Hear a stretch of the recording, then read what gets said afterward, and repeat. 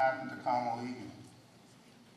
And as many people have said up here, we feel for you. We feel for you, and we've worked for you. I can tell you that our appeal process last week, a group of people went down and represented not just the alumni that had come up with some big money, but represented a group of people who have personally written checks and came up with money to guarantee that what the Archdiocese asked for could be met. And actually put a proposal in front of them that would be very difficult to turn down, because we were able to secure what they wanted. But the bottom line is sustainability. And we have been attempting to put that proposal together for 6 months and convince them that we have a plan, that we have an alumni group and a parents association that are committed to bring people into this school.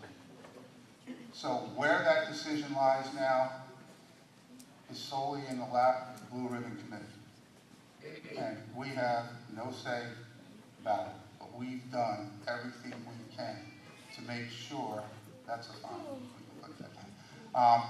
We've done everything we can to make sure that they know where we're at. And having said that, you know, if we're open on the 15th, it's going to be a huge celebration. And we're all going to get together. And as Coach Jenkinson said, some of the players that have been coming in the weight room are going to be far above some of the players who have not been coming in the weight room. So the 16th of February, although the 15th may be a great day, may not be such a great day for some of you guys because you have a lot of catching up to do, and we're going to make sure you do that, okay? And I know that we'll all be together after that point. But the thing that I found out since January 6th is it's tough assembling this group and having everybody there at one time. So I'm going to give what's going to sound like a farewell speech that I hope never comes to fruition. But I want to make sure that I say to you as a group what I feel about you. And as coaches, we have come to love our players. We've come to love the environment that we coach in. Love getting there on game day and seeing the parents, the cheerleaders, the coaches, the friends, the players. And because of that affection, I want to tell you something that has to carry you through the next 5 months.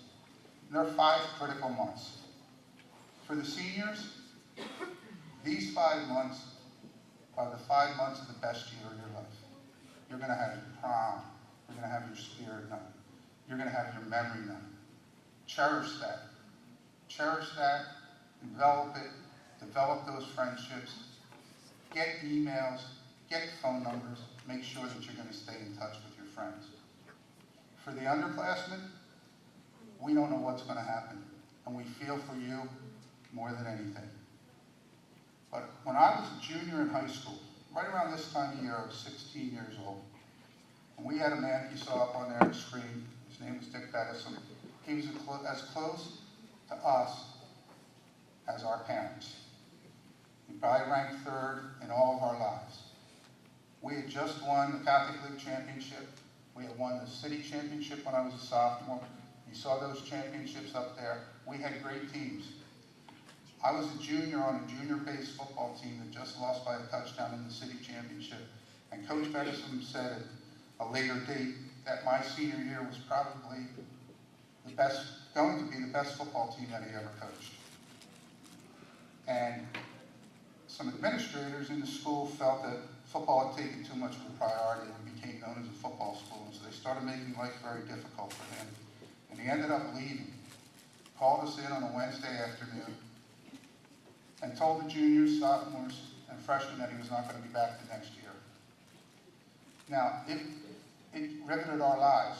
It was a change that we were faced with that we couldn't believe. The school went into an upheaval. There was dissension. And he left. And we had a hurdle to get over as juniors and sophomores. And we had changes coming in our life. We had to prove ourselves to a new coaching staff. And what we went through pales in comparison to what you may have to go through. I understand that. but I'm going to tell you this from experience. During those next 5 months, 6 players either left our team or were asked to leave our school. People stopped going to classes, people were getting in trouble, and finally, as a group of juniors, we had to say to ourselves, hey, we got another year. We got to move on. Life has to go forward, and we have to make the best of this. We're going to have a new coach. He's not going to be our old coach. They couldn't have hired anybody that could have been our old coach. He was a Hall of Fame state coach. But we had to get it together because we had to have our grades in order. We had to have our discipline in order. And a lot of people were getting in trouble for that, and we had to move forward. Hardest 5 months of my life. And you're going to be faced with that if that decision goes the other way. We know that. What I'm telling you is, I know what's in this room. I see greatness in this room at every level. Seniors, juniors, sophomores, freshmen. I see people that can accomplish. But if you hang your head and you sulk and you become disoriented and lackadaisical like you have by not attending that weight room break room when you should, you're going to waste a lot of that potential. And CEC is better than that.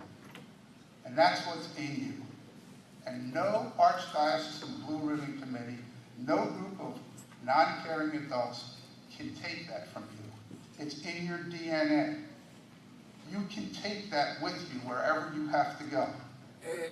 God, I pray every day that you don't have to. But if you do have to, you got to get over that hurdle, hit the ground running, and take this place with you and spread the good. Let them know what you've accomplished. Let them know who you are. Coach Jacobson said it. Go there and play sports. Do what you have to do. And for the next 5 months, if you play a spring sport, go win a championship. Get involved in Spirit Night. Make it the best one ever if it's going to be the last one ever. Cherish your friends. Set times for next year where you're going to get together on a weekly basis like you do now. Whether you're going to get wings or pizza, make sure that you guys stay together and you girls stay together. Nurture those friendships. Bring them with you. You meet somebody in a new school, bring them with you. Grow it. Turn it into a positive experience. I know it's hard to do. And I had to do it at a smaller level. But I'm telling you, it's worth it. And as you go on, you show people the commitment, excellence, and character that is Connolly Catholic. And if you do, the greatness that I see here will spread throughout this community, throughout this